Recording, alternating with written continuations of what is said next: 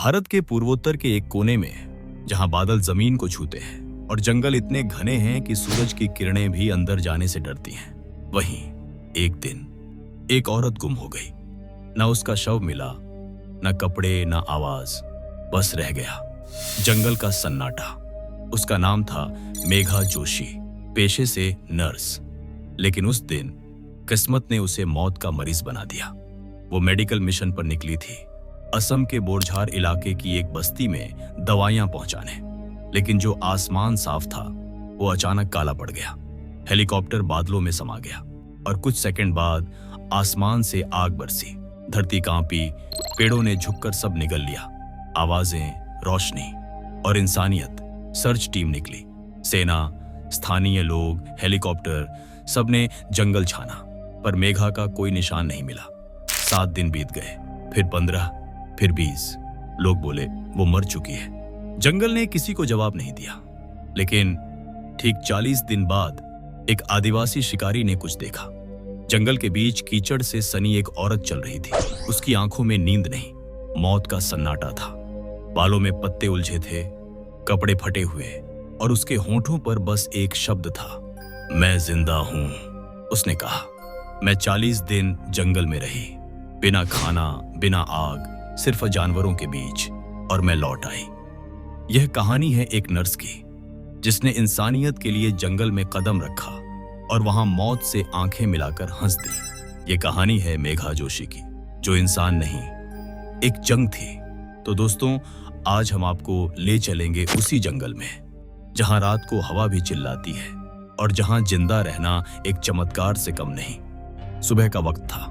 असम के तेजपुर एयरबेस पर हल्की धुंध छाई हुई थी। बारिश रुक रुक कर गिर रही थी और आसमान पर गहरे बादल मंडरा रहे थे। उस छोटे से हेलीकॉप्टर के पास खड़ी थी मेघा जोशी, सफेद यूनिफॉर्म में, कंधे पर मेडिकल किट लटकाए। उसके चेहरे पर हल्की मुस्कान थी, पर आंखों में थकान थी।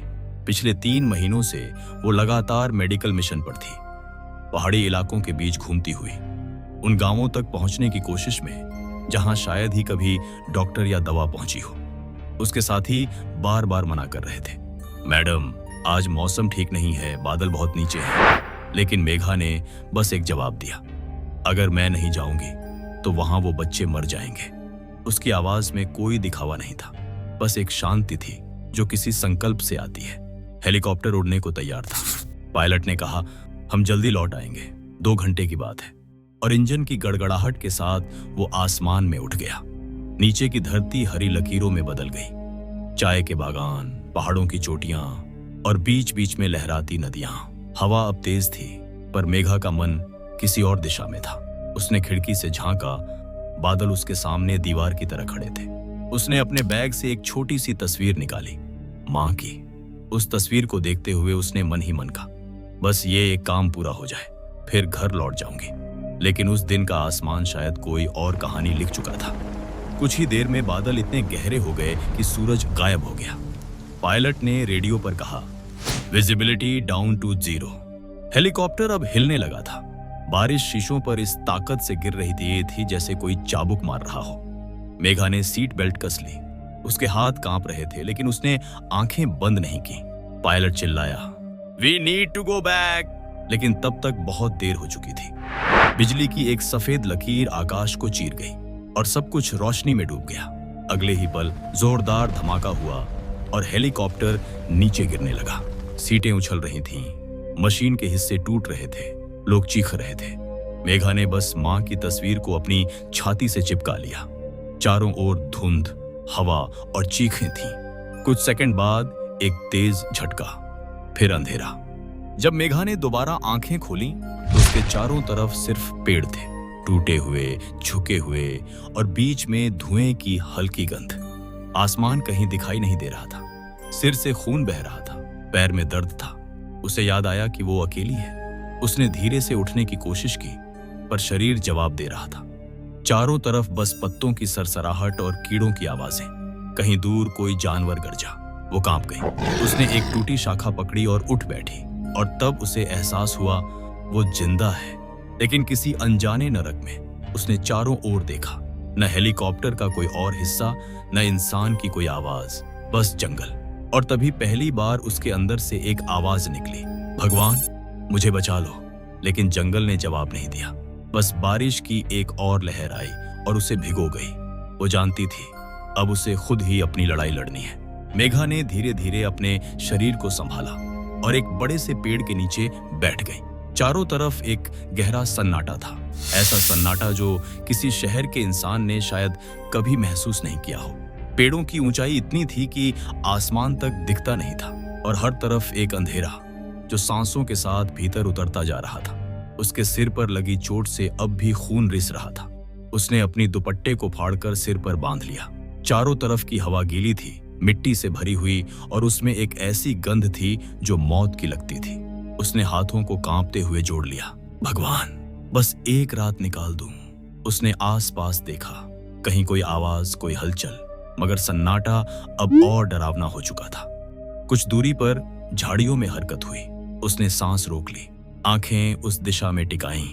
पत्तों के पीछे दो चमकती हुई आंखें। वो जानती थी यह कोई इंसान नहीं। वो धीरे धीरे पीछे खिसकने लगी। तभी झाड़ियों से एक आवाज आई। उसका दिल जैसे सीने से बाहर निकल आया। लेकिन तभी बिजली कड़की और उसने देखा वो एक लोमड़ी थी। उसने अपने होंठ भींच लिए और पेड़ के तने से टिककर बैठ गई। बारिश अब तेज हो चुकी थी। हर बिजली की चमक में जंगल का चेहरा कुछ पल के लिए दिखता और फिर अंधेरा सब निगल लेता। रात धीरे धीरे बीत रही थी। उसके कपड़े पूरी तरह भीग चुके थे। हर मांसपेशी कांप रही थी। पेट में भूख की आग थी और उसके पास कुछ नहीं था। वो बार बार अपने बैग को टटोलती। सिर्फ कुछ बैंडेज, 2 छोटी शीशियां दवा की और एक आधी टूटी बोतल में पानी। उसने वो पानी होंठों से लगाया, ठंडा पर मिट्टी भरा। उसने थोड़ा सा पिया और आंखें बंद कर लीं। दूर कहीं से जानवरों की आवाजें आ रही थीं, शायद बंदर, शायद जंगली कुत्ते। वो जानती थी कि इस रात को पार करना किसी युद्ध को जीतने से कम नहीं। धीरे धीरे उसकी आंखें झपकने लगीं, लेकिन डर अब भी भीतर जिंदा था। उसने अपने दोनों घुटनों को सीने से लगाया और खुद को बांध लिया।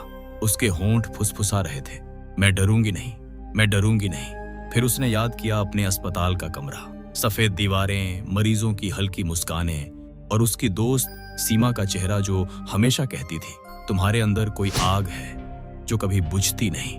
उसने मन ही मन कहा, सीमा वो आग आज चाहिए, मुझे चाहिए। कुछ देर बाद उसे लगा जैसे कोई उसके करीब से गुजरा हो। उसने धीरे से सिर उठाया। कुछ दिखाई नहीं दिया, बस हवा की सरसराहट, लेकिन कुछ तो था वहां। उसने अपनी सांसें रोक ली। कुछ ही सेकंड में उसके बाएं तरफ पत्तों की आवाज हुई, फिर हल्की गुर्राहट। वो जम गई। एक साया उसके सामने से गुजरा, बड़ा, काला और भारी। वो शायद कोई तेंदुआ था। उसने आंखें बंद कर लीं। कुछ पल तक वो वहीं खड़ा रहा, फिर जैसे अंधेरे में गुम हो गया। उसने राहत की एक लंबी सांस ली। उसकी आंखों से आंसू बह निकले। उसने खुद से कहा, अगर ये रात निकल गई तो मैं जिंदा रह जाऊंगी। बारिश अब थम चुकी थी, लेकिन उसके भीतर का तूफान अब भी चल रहा था। उसके चारों ओर पत्ते झर रहे थे और कहीं दूर से सुबह की पहली हल्की चिड़ियों की आवाज सुनाई दी। वो मुस्कुराई, क्योंकि उसे लगा शायद जिंदगी अब भी उसके साथ है। जब सूरज की पहली किरणों ने पत्तों के बीच से झांका, मेघा ने अपनी आंखें खोली। उसके शरीर में अब भी दर्द था, पर उसके भीतर एक नई ऊर्जा थी, जिंदा रहने की जिद। वो धीरे धीरे उठी, कपड़ों से मिट्टी झाड़ी और आसपास देखने लगी। जंगल अब उतना डरावना नहीं लग रहा था, लेकिन उसकी गहराई में अभी भी अनगिनत खतरे छिपे थे। उसने देखा कि जहां वो गिरी थी वहां हेलीकॉप्टर का एक छोटा हिस्सा पड़ा था, धातु का मलबा, जला हुआ और धुएं से सना हुआ। वो उसके पास गई, शायद कोई खाने की चीज या कुछ उपयोगी मिल जाए। उसे कुछ नहीं मिला, बस एक टूटी हुई धातु की प्लेट और थोड़ी सी प्लास्टिक की शीट। उसने उन्हें अपने बैग में रख लिया। भूख अब उसके शरीर में नश्तर की तरह चुभ रही थी। उसने सोचा कुछ न कुछ खाना पड़ेगा। उसने अपने आसपास पेड़ों को देखा, फल, जड़ें, कुछ भी जो जान बचा सके। उसे याद आया कि अस्पताल में जब उसने जंगल के इलाके में मेडिकल कैंप लगाया था, तब एक बुजुर्ग ने कहा था, यहाँ हर हरे पत्ते में जहर है और हर फल में मौत छिपी है। उसकी रीढ़ में ठंडक दौड़ गई, लेकिन भूख इतनी थी कि उसने रिस्क लेना जरूरी समझा। उसने एक पेड़ पर छोटे छोटे लाल फल देखे। उसने पहले एक को सूंघा, फिर थोड़ा सा चखा। मुंह में कड़वाहट फैली। उसने तुरंत थूक दिया। फिर पानी की तलाश शुरू की। कुछ दूर जाकर उसे एक पतली सी धारा मिली जिसमें साफ पानी बह रहा था। उसने उस पानी को दोनों हथेलियों में भरा और पिया। ठंडा, पर उसमें मिट्टी की गंध थी। वो वहीं बैठ गई और अपने पैर उस पानी में डुबो दिए। घावों से खून बह रहा था, पर वो सुकून भी दे रहा था। दिन बीतते गए। सूरज, चांद, बारिश सब उसकी आंखों के साथी बन गए थे। कभी वो किसी पेड़ की जड़ में सो जाती, कभी किसी पत्थर के पीछे छिप जाती। कई बार उसे लगा कि अब उसका शरीर जवाब दे देगा। पेट में कुछ नहीं था, सिर्फ खालीपन। कभी कभी वो कुछ पत्तों को उबालने की कोशिश करती, प्लास्टिक की शीट में बारिश का पानी जमा करके। कभी वो जमीन पर गिरा कोई फल उठाती जो आधा सड़ा हुआ होता। उसने हर चीज आजमाई जो उसे एक दिन और जिंदा रख सके। रातें अब भी सबसे मुश्किल थीं। अंधेरे में जंगल का हर शोर उसे किसी शिकारी की तरह लगता। कभी भेड़िए की आवाज, कभी सांप की सरसराहट, कभी कोई अजीब सी चीख जो किसी पक्षी की नहीं लगती। एक रात तो उसने महसूस किया कि कुछ उसके पैर को छू रहा है। उसने कांपते हुए देखा, एक विशाल अजगर उसकी तरफ बढ़ रहा था। वो हिल नहीं सकी, बस पत्थर बनकर वहीं बैठी रही। अजगर उसके पास आया, उसकी ओर देखा, फिर रेंगता हुआ आगे निकल गया। उस रात वो नहीं सोई। उसने पहली बार महसूस किया कि डर भी कब आदमी का साथी बन जाता है। 20 दिन बीत चुके थे। उसके शरीर में अब हड्डियां उभर आई थीं। चेहरा धूप से झुलस गया था। बाल उलझे हुए, होंठ फटे हुए, लेकिन आंखों में अब भी चमक थी। वो हर दिन नदी के साथ चलती, उम्मीद में कि शायद ये रास्ता उसे किसी इंसानी बस्ती तक ले जाएगा। कभी उसे दूर धुआं दिखता, कभी किसी पेड़ पर कपड़े का टुकड़ा, पर हर बार वो सिर्फ भ्रम निकलता। कई बार उसने खुद से कहा, बस आज और कल शायद कोई मिल जाएगा। लेकिन हर सुबह वही जंगल, वही हरियाली, वही सन्नाटा। एक दिन उसे किसी इंसानी निशान का आभास हुआ।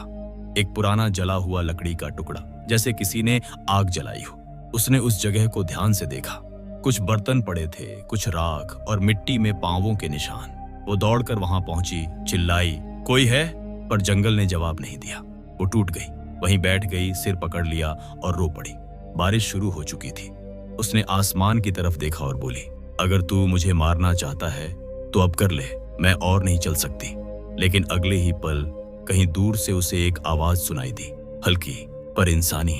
वो उठी, कांपते हुए उस दिशा में चली। बारिश तेज हो चुकी थी, पैरों के नीचे कीचड़ था, पर उसने रुकना नहीं चुना। हर कदम के साथ उसकी सांसें भारी हो रही थीं, पर उसके भीतर की आग अब भी जिंदा थी। उसने अपने आप से कहा, नहीं मेघा, अब रुकना नहीं, तू जिंदा लौटेगी। वो उस आवाज की ओर बढ़ी। शायद कोई झोपड़ी, शायद कोई आदिवासी गांव, या शायद फिर एक और धोखा। लेकिन उसके हर कदम के साथ एक बात साफ थी, वो अब हार नहीं मानेगी। वो बारिश की रात गुजर गई थी, लेकिन मेघा का शरीर अब पूरी तरह टूट चुका था। पैर सूज चुके थे, घावों से मवाद निकल रहा था और आंखें भीतर धंस गई थीं। मगर सुबह की पहली किरण जब उसके चेहरे पर पड़ी तो उसने अपने भीतर एक अजीब सी ताकत महसूस की। वो जानती थी ये जंगल उसे मारना चाहता है, लेकिन वो अब किसी के लिए नहीं, खुद के लिए लड़ रही थी। उसने खुद से कहा, अगर मैं यहां मरी तो कोई मुझे ढूंढ नहीं पाएगा, कोई नहीं जान पाएगा कि मैंने आखिरी तक कोशिश की। वो उठी, कांपते हुए पर सिर ऊंचा। उसके बालों में सूखे पत्ते फंसे थे, शरीर मिट्टी से सना था, लेकिन उसकी आंखों में अब भी चमक थी। उसने नदी के साथ साथ चलना शुरू किया। हर कदम दर्द देता, पर हर कदम उम्मीद भी देता। जंगल अब उसका दुश्मन नहीं लग रहा था, वो उसे जानने लगी थी। वो समझ चुकी थी कि कौन सा पौधा जहरीला है, कौन सा पानी पीने लायक नहीं। वो उन पेड़ों के नीचे चलती जो ऊपर से छांव देते, ताकि धूप उसे झुलसा न सके। कई बार वो पेड़ों की छाल से रस निकालती, कई बार मिट्टी में गिरे कीड़े उठाकर खा लेती। वो सब कुछ कर रही थी जो इंसान कभी सोच नहीं सकता। लेकिन जब मौत हर दिशा में मंडराती हो तो जिंदगी की भूख इंसान को जानवर बना देती है। एक दिन दोपहर में जब सूरज सिर के ऊपर था, उसने देखा एक पेड़ के नीचे कोई हिल रहा था। वो ठिठक गई। पहले सोचा शायद कोई जानवर, लेकिन जब उसने ध्यान से देखा तो वो इंसान था। वो एक आदिवासी लड़का था, करीब 14-15 साल का, जो लकड़ी काट रहा था। मेघा का दिल जोर से धड़कने लगा। उसे लगा जैसे 1000 साल बाद उसने इंसान देखा हो। वो चीखी, सुनो, मदद! लड़का चौंक गया, पीछे मुड़ा और कुछ पल उसे घूरता रहा। उसके लिए वो कोई साधारण महिला नहीं थी। वो मिट्टी से सनी, बाल बिखरे हुए, कपड़े फटे हुए और चेहरा आधा खून से सना हुआ था। वो डर गया, पीछे हटने लगा। मेघा जमीन पर गिर पड़ी। डरो मत, मैं इंसान हूं। उसकी आवाज कांप रही थी, पर उसमें एक सच्चाई थी। लड़का कुछ देर तक खड़ा रहा, फिर धीरे धीरे आगे बढ़ा। उसने उसकी आंखों में देखा, उनमें डर नहीं, बस थकावट थी। उसने कुछ नहीं कहा, बस इशारे से उसे अपने साथ आने को कहा। लड़का उसे अपने गांव ले गया। लकड़ी की झोपड़ियों से बना एक छोटा सा बस्ती जैसा इलाका। वहां कुछ लोग थे जो उसकी हालत देखकर हैरान रह गए। किसी ने तुरंत पानी ला कर दिया, किसी ने उसे एक कपड़ा ओढ़ाया। एक बुजुर्ग औरत उसके पास बैठ गई, उसके पैरों को साफ करने लगी। मेघा के होंठ कांप रहे थे। मैं असम से आई हूं, मेरा हेलीकॉप्टर। और उसके बाद वो बेहोश हो गई। जब उसने दोबारा आंखें खोली तो वो एक बिस्तर पर थी, शायद कई हफ्तों में पहली बार। उसके घावों पर जड़ी बूटियां लगी थीं और बाहर से धूप की किरणें झोपड़ी की दीवारों पर खेल रही थी। एक छोटी लड़की उसके पास बैठी थी जो मुस्कुरा रही थी। तुम जिंदा हो दीदी, उसने कहा। मेघा ने हल्की मुस्कान दी। वो अब कुछ बोल नहीं पा रही थी। उसके शरीर ने हार मान ली थी, पर उसकी आत्मा ने जीत ली थी। गांव वालों ने 3 दिन तक उसकी देखभाल की। चौथे दिन उन्होंने स्थानीय प्रशासन को खबर भेजी, यहाँ जंगल में कोई मिला है। 2 दिन बाद एक बचाव दल पहुंचा। हेलीकॉप्टर फिर से आसमान में था। वही आवाज, वही गड़गड़ाहट, लेकिन इस बार वो डर नहीं, राहत की आवाज थी। जब मेघा को स्ट्रेचर पर उठाया गया तो गांव की औरतें उसके चारों ओर खड़ी थीं। वो सब उसकी तरफ देख रही थीं, जैसे कोई देवी उनके सामने हो। हेलीकॉप्टर के दरवाजे बंद होते वक्त उसने नीचे झांका। जंगल अब भी वैसा ही था, पर अब वो उसे जान चुकी थी। हेलीकॉप्टर की खिड़की से बाहर झांकती हुई मेघा की आंखों में आंसू तैर रहे थे। नीचे फैला जंगल अब धीरे धीरे धुंध में गुम हो रहा था। वही जंगल जिसने उसे तोड़ा था, उसने ही उसे जीने का नया अर्थ भी दिया था। उसके शरीर में अब भी दर्द था, हर चोट जल रही थी, लेकिन उसके चेहरे पर एक सुकून था, क्योंकि अब वो मौत को जीत चुकी थी। 3 दिन बाद वो अस्पताल में थी। चारों तरफ सफेद दीवारें, एंटीसेप्टिक की गंध और मशीनों की बीप। डॉक्टरों और पत्रकारों का जमावड़ा लगा था। सभी हैरान थे। एक औरत 40 दिन जंगल में कैसे रह सकती है? किसी ने कहा यह चमत्कार है, किसी ने लिखा लेडी ऑफ स्टील। लेकिन जब उससे पूछा गया कि उसने कैसे जिंदा रही तो उसने बस इतना कहा, मैंने डर को साथी बना लिया था। मेघा की ये कहानी पूरे देश में फैल गई। अखबारों के पहले पन्नों पर उसकी तस्वीर छपी। उसके चेहरे पर थकान थी, लेकिन आंखों में वो चमक जो इंसान को इंसान बनाती है। टीवी चैनल्स ने कहा, वो नर्स जिसने जंगल को हरा दिया। पर मेघा ने कहा, मैंने किसी को नहीं हराया, मैंने बस खुद को थामे रखा। उसके अस्पताल में पुराने मरीज मिलने आए। कोई बुजुर्ग बोला, दीदी आपने तो मौत को भी शर्मा दिया। कोई बच्चा उसकी गोद में बैठ गया और पूछा, दीदी आपको डर नहीं लगा? वो मुस्कुरा दी, डर तो बहुत लगा, पर हर बार जब डर लगा मैंने खुद से कहा, मैं यहाँ तक इसलिए नहीं पहुंची कि अब रुक जाऊं। मेघा ने ठीक होने के बाद फिर से काम शुरू किया। वही पेशा, वही सफेद यूनिफॉर्म, वही करुणा। लेकिन अब जब वो किसी मरीज का हाथ पकड़ती तो उसकी आंखों में कुछ और होता, वो भरोसा जो मौत को देखकर भी नहीं दिखता। उसने जंगल के उन अनुभवों को किताब में लिखा, 40 दिन ऑफ साइलेंस। वो किताब सिर्फ एक कहानी नहीं थी, वो इंसान की सीमाओं को पार करने की मिसाल थी। कभी कभी काम खत्म होने के बाद वो अस्पताल की छत पर चली जाती थी। वहीं से अमेज़न की तरफ बहती ठंडी हवा महसूस होती थी। वो आसमान की ओर देखती और धीमे से कहती, उस जंगल में अब भी अंधेरा है, अंधेरा है, लेकिन वहां कहीं मेरी सांसें रह गई हैं। ये सबूत हैं कि डर के उस पार भी जिंदगी है। उसकी टीम के लोग कहते, तुम अब एक मिसाल बन चुकी हो। लेकिन वो हमेशा जवाब देती, मैं बस एक नर्स हूं। फर्क बस इतना है कि मैंने अपने डर को ठीक करना सीख लिया है। समय बीत गया, लेकिन उसकी कहानी आज भी मेडिकल ट्रेनिंग कैंप्स और सर्वाइवल वर्कशॉप्स में सुनाई जाती है, क्योंकि वो याद दिलाती है, इंसान का शरीर चाहे टूट जाए, पर अगर हिम्मत जिंदा है तो मौत भी कुछ नहीं कर सकती। अमेज़न की उस घटना ने यह साबित कर दिया कि सर्वाइवल सिर्फ शरीर की ताकत पर नहीं, बल्कि दिमाग और हिम्मत पर निर्भर करता है। और यही कारण है कि आज भी कई survival experts Megha Joshi case को एक रियल लाइफ स्टडी के तौर पर पढ़ाते हैं। कभी कभी जिंदगी भी हमें ऐसे जंगलों में धकेल देती है जहां रास्ता नहीं, रोशनी नहीं, पर अगर आपके अंदर सांस बाकी है तो उम्मीद भी बाकी है।